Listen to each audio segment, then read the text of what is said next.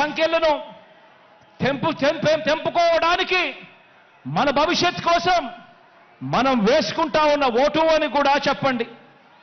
Fan ఇంట్లోనే ఉండాలి, cycle ఇంటి బయటే ఉండాలి, తాగేసిన టీ గ్లాసు సింక్లోనే ఉండాలి అని ప్రతి ఇంటికి వెళ్ళి చెప్పండి, ప్రతి అక్కకు వెళ్ళి చెప్పండి, ప్రతి చెల్లెమ్మకు వెళ్ళి చెప్పండి. ఇవన్నీ వివరించి మరి ప్రతి ఇంటికి మరి ప్రతి ఊరికి ఇంత మంచి మనం చేశాము కాబట్టి ఇంత మంచి చేసిన తర్వాత 2019కి మించిన మెజారిటీ 2019కి మించిన మెజారిటీ 175కు 175 25 ఎంపీలకు 25 ఎంపీలు గెలవడానికి మనమంతా కూడా సిద్ధమేనా?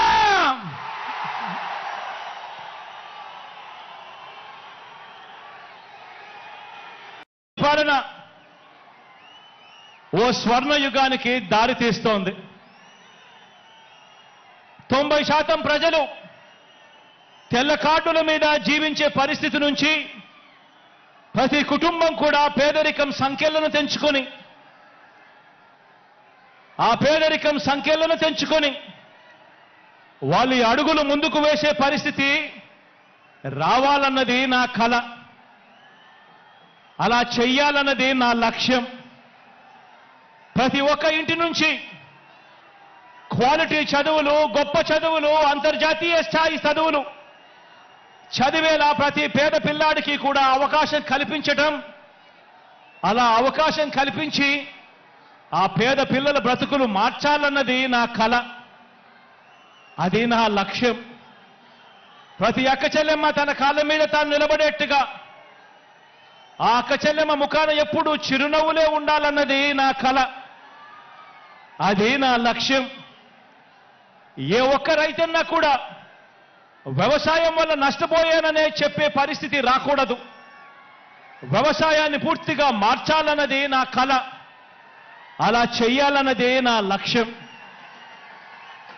ఇక ఏ ఎస్సీ, ఇక ఏ ఎస్టీ, ఇక ఏ బీసీ, ఇక ఏ మైనారిటీ, ఇక ఏ పేద కూడా పేదరికం వల్ల ఎదగలేకపోయాడు అనే పరిస్థితి ఉండకూడదు.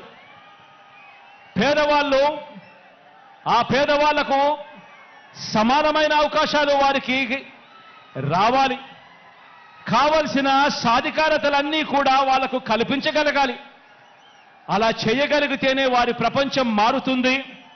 అలా మార్చాలన్నది మీ బిడ్డ కళ, మీ బిడ్డ సంకల్పం, మీ బిడ్డ లక్ష్యం అని చెప్పి ఈ సందర్భంగా తెలియజేస్తా ఉన్నా.